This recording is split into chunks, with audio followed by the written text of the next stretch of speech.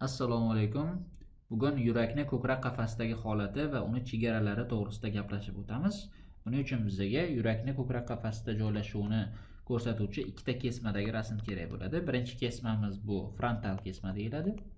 Ikkinchi kesmamiz bu gorizontal kesma hisoblanadi. Frontal kesmaga qaraganimizda biza chap va o'ng taraf qaysi ekanligini bilib olishimiz juda ham muhim ahamiyatga ega. Ya'ni ko'krak qafasining rentgenogrammasi turibdi bu yerda.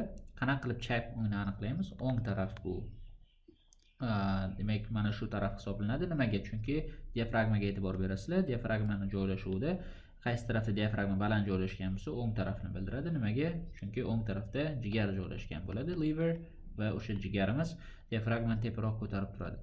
Chap taraf demak qarama-qarshi taraf bo'ladi. Undan tashqari chap tarafda demak havo bilan to'lgan bo'shliqni ko'rishimiz mumkin. Bu havo bilan to'lgan bo'shliq bu nima? Demak oshqozon, stomak ichidagi havoni biz ko'rishimiz mumkin. Bu narsa ham bizga aniqlashda imkon beradi. Undan tashqari normada yurakning asosiy qismi chap tarafda joylashgan bo'ladi. Shakliga ham e'tibor berasizlar. Demak chap tarafda joylashganligidan bilib olsak bo'ladi. Endi yurakning chegaralari keladigan bo'lsak, yurakning o'ng tarafdan chegarasini hosil qilyapti right atrium. Bu degani o'ng bo'lmacha yurakning o'ng chegarasini hosil qiladi. Chap chegarasini esa demak left ventricle asosiy hosil qiladi chap chegarani.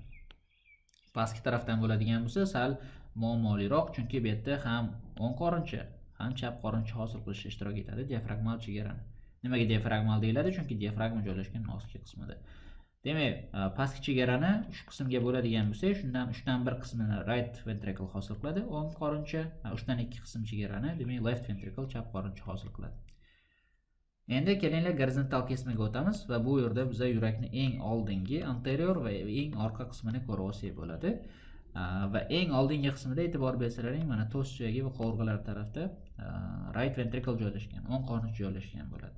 Buni qanaqa klinik ahamiyati bor deydigan bo'lsak, tashqi tarafdan qanaqadir zarba yoki travma bo'ladigan bo'lsa, yurakning eng ko'p shikastlanadigan qismi bu o'ng qorincha hisoblanadi. Orqa tarafdan bo'ladigan bo'lsa, left atrium joylashgan chap bo'lmacha va chap bo'lmacha eng orqa tarafda nima bilan umurtqa pog'onasiga, aortaga, bundan tashqari ezofagus bilan tutashgan holatda bo'ladi. Bu yerda ezofagus ko'rsatilmagan. Bu uchta a'zoni demak yonma-yon joylashuvi klinik jihatdan ahamiyati bor. Buni biz keyingi videolarda gaplashamiz. Aynan ezofagus orqali biz yurakni echokardiografiyasini qilishimiz mumkin. Ya'ni ultratovush tekshiruvini amalga oshiramiz. Demak, bu yurakning chegaralari va yurakning ko'krak qafasidagi holat to'g'risidagi videomiz edi.